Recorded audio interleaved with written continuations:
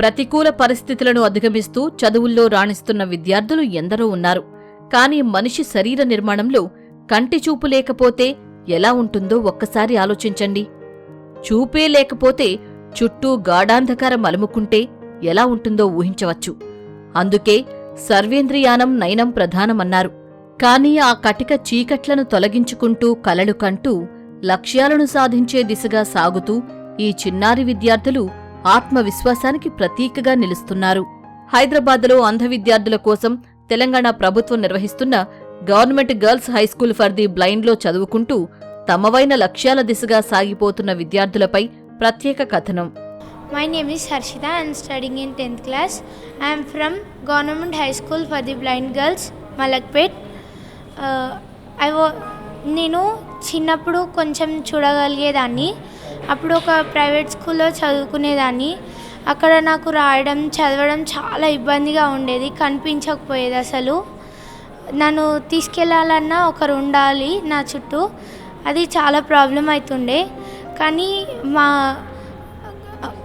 Government high school for the blind girls స్కూల్కి వచ్చినప్పటి నుండి నా సొంతంగా నేను రాసుకోగలుగుతున్నాను, చదవగలుగుతున్నాను.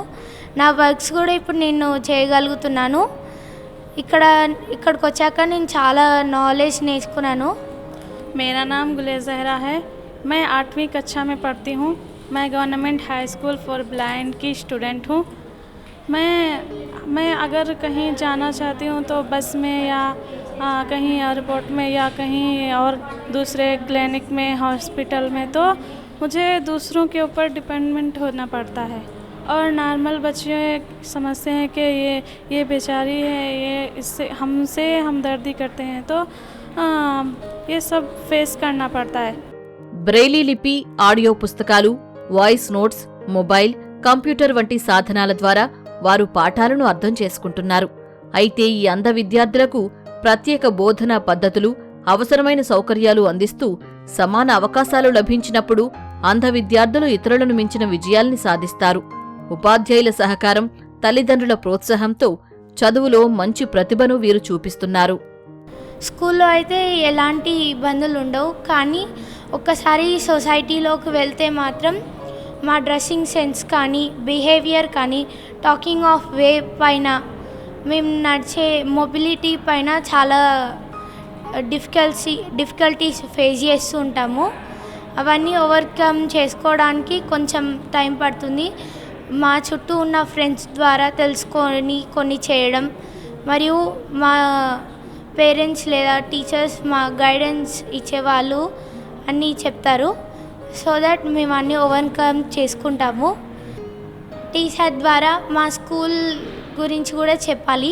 ఎందుకంటే నాలాగా ఇంకెంతోమంది బ్లైండ్స్ ఉండొచ్చు, వారికి ఇలా చదువుకోవచ్చు, మనం ఫ్యూచర్లో జాబ్స్ చేయొచ్చు అనేవి తెలియదు. కాబట్టి కొంచెం బ్లైండ్స్ గురించి చెప్పాలని ఆశిస్తున్నాను. और इसलिए हम स्पेशल स्कूल में आए, तो इससे हम फर्स्ट से लेके 10th तक पढ़ेंगे इसमें, तो उसके बाद कॉलेज में भी हमें वो नॉर्मल बच्चों के साथ रहना पड़ेगा. तो ये सब हमें फेस करना पड़ेगा. तो हम आगे ये सब फेस करते हुए मैं आगे बढ़ना चाहूँगी. मैं उर्दू के टीचर या कुछ भी बनने की कोशिश करूँगी. मेरा आगे का यही इरादा है कि मैं कुछ बनकर दिखाऊंगी. వీరి పురోగమనంలో సమాజమిచ్చే చిన్న ప్రోత్సాహం కూడా వారిని మరింత ధైర్యంగా, స్వతంత్రంగా చదువులో ముందుకు వెళ్లేలా చేస్తుంది. సమాజంలో దృష్టిలోపమున్న విద్యార్థులను బలహీనులుగా కాకుండా ధైర్యవంతులుగా చూడాలి. వారి ప్రతిభను గుర్తించి ప్రోత్సహించడం సమాజ బాధ్యత. అలా చేస్తే వారు తమ భవిష్యత్తును ప్రకాశవంతంగా తీర్చిదిద్దుకుంటారు. చూపు లేకపోయినా తమ జీవితంలో ముందుకు సాగుతున్న ఈ విద్యార్థుల స్ఫూర్తిగా మనందరం ప్రేరణ పొందాలి. మీ చుట్టూ దృష్టిలోపంతో బాధపడుతున్న పిల్లలకు మంచి భవిష్యత్తును అందించేందుకు పూర్తి ఉచితంగా government boys high school for the blind బాలురకు, government girls high school for the blind బాలికలకు విడివిడిగా తెలంగాణ ప్రభుత్వం పహాడీ షరీఫ్, మలక్పేట్లలో residential government school for blind గురించి తెలియజేసి చేర్పించండి.